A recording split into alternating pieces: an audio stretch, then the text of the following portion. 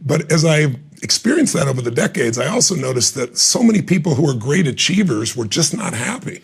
I mean, I go to India, I usually go about every 12 to 18 months, and I remember when I first went there, it was like the poverty was overwhelming to me, and it was so confusing to see people so happy, because all around them, they seemed to have such squalor. I'd see someone sitting in the street and there was just so much joy in their eyes if you took the time to feel them and talk with them instead of judging the environment. And then I'd come home to the United States where there's all this external abundance, and you'd find people, many of you know, I wrote Money Master the Game. I interviewed 50 of the smartest financial people in the world, self-made billionaires, and I wouldn't say the majority of them are really happy. And it has nothing to do with the money. It's that the internal world was not mastered.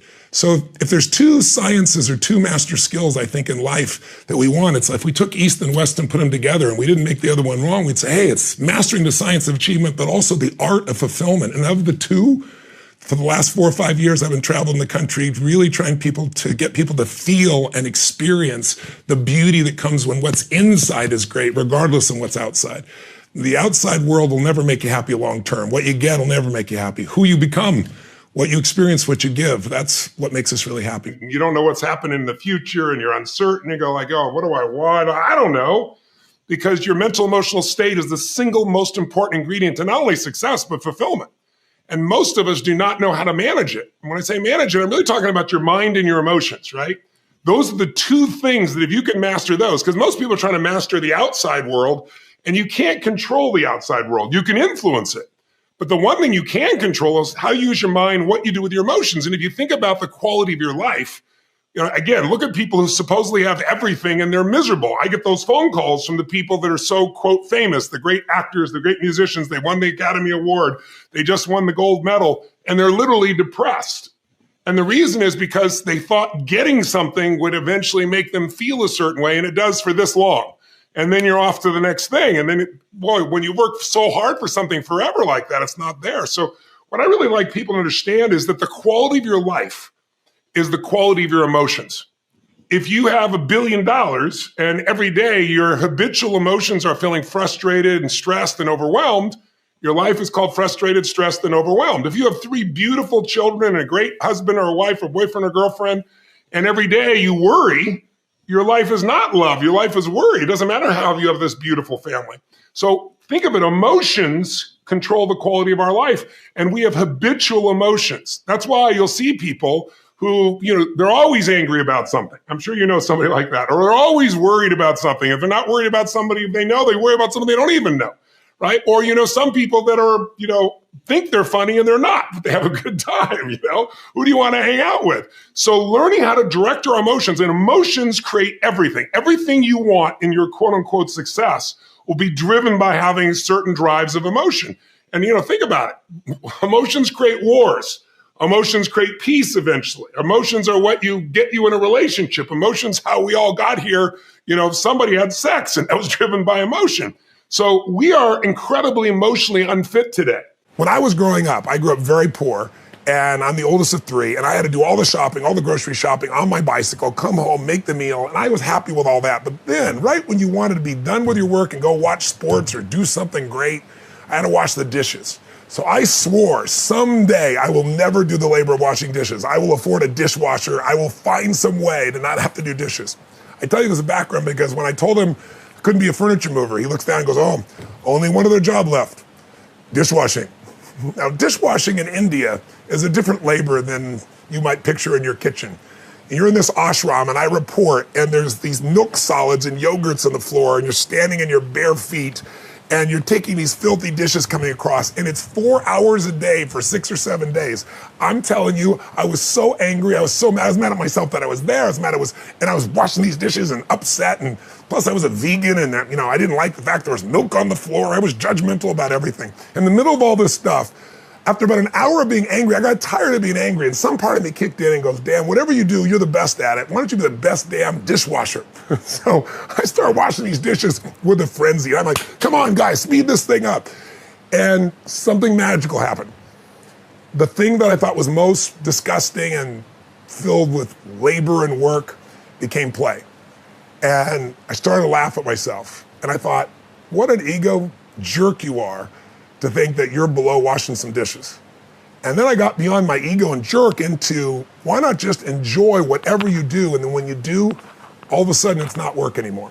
And that was my great spiritual breakthrough. I eventually did meet with this guru and try to straighten him out, but he didn't think very much of an 18-year-old kid straighten him out. He laughed quite a bit. He did talk to my partners and said, I think you guys should just, keep teaching what you're teaching. And Fit for Life went on to be one of the most successful books in history. But I can't claim credit for that. I was a part of that little piece. But I will tell you that if you can if you can get yourself to love to do the stuff you hate to do, then there's no limit to the success you can have in your life.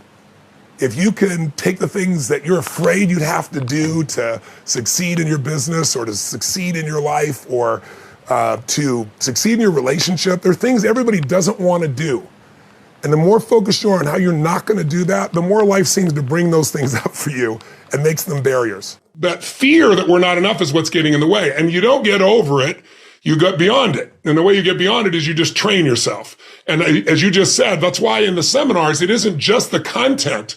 It's putting you in a state where the content can land. Yeah. And when you put yourself in that state on a regular basis, those flows happen. Now, you want daily practices as well. So, every day I've got a variety of daily practices, but one of those things, I jump in freezing cold water every day, I think but I don't do it because I like it or I want it. There's never a day I look forward to it. Right. But I don't hesitate. I don't negotiate with myself. It's both physically great because it flushes your blood and your lymph system completely. And you feel like $1 million coming out of it. Going in it is painful as hell. But it's like, I don't say in a minute when I'm ready or maybe tomorrow. It's like, I say go, we go. So it's a mental training as well as it's a physical training, right? And when you do that over and over and then you say, I'm going to do this, your brain doesn't negotiate. You've trained your own mind. So the most important factor in your life is the ability to manage your mental, emotional state. It is the one thing you have complete control of once you learn how.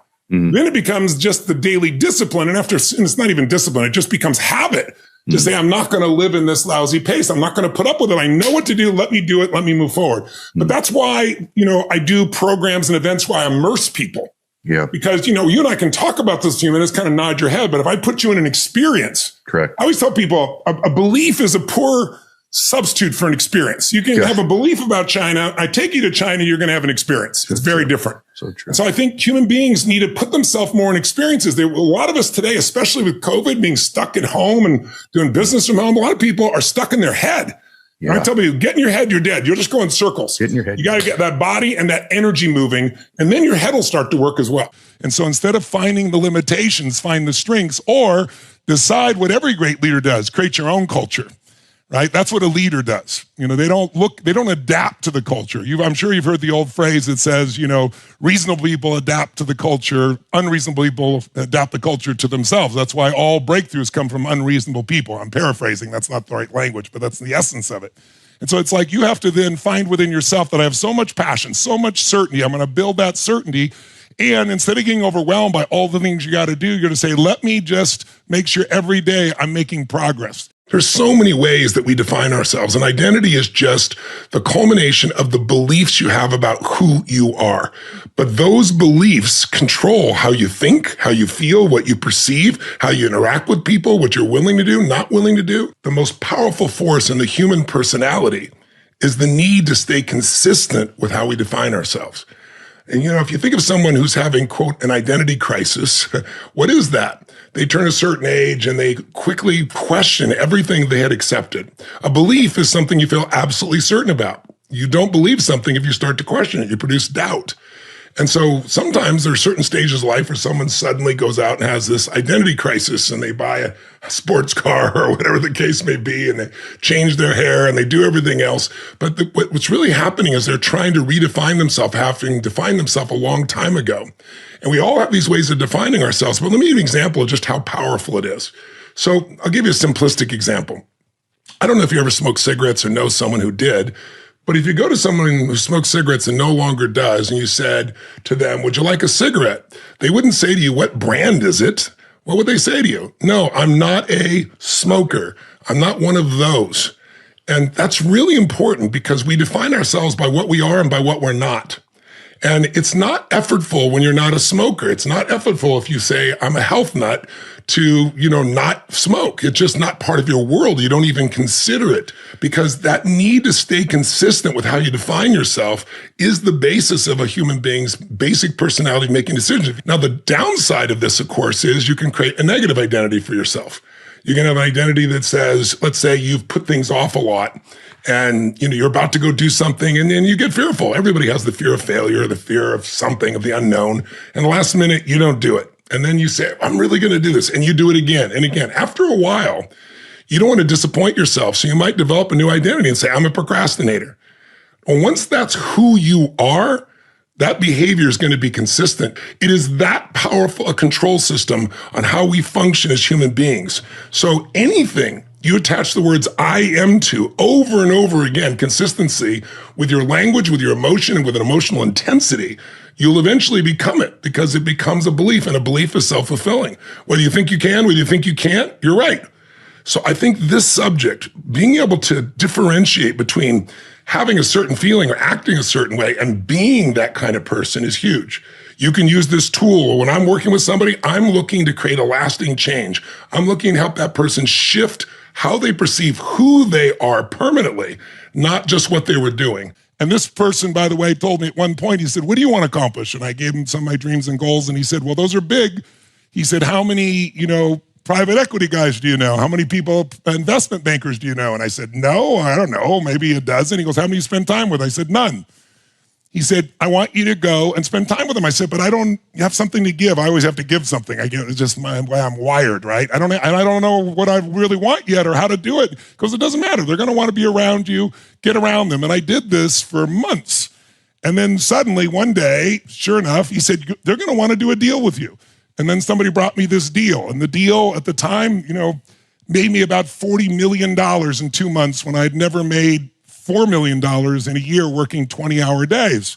And then that deal fell apart afterwards. They wanted me to change the deal. And I learned from him, when somebody wants to change the deal, don't get pissed, think about what you want. And I put that in a new deal where I made $400 million 2 years later.